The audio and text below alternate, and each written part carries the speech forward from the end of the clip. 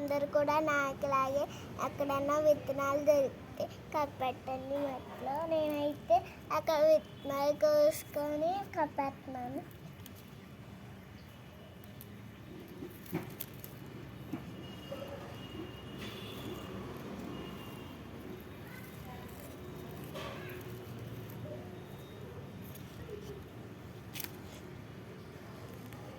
ఇవే విత్తనాలు.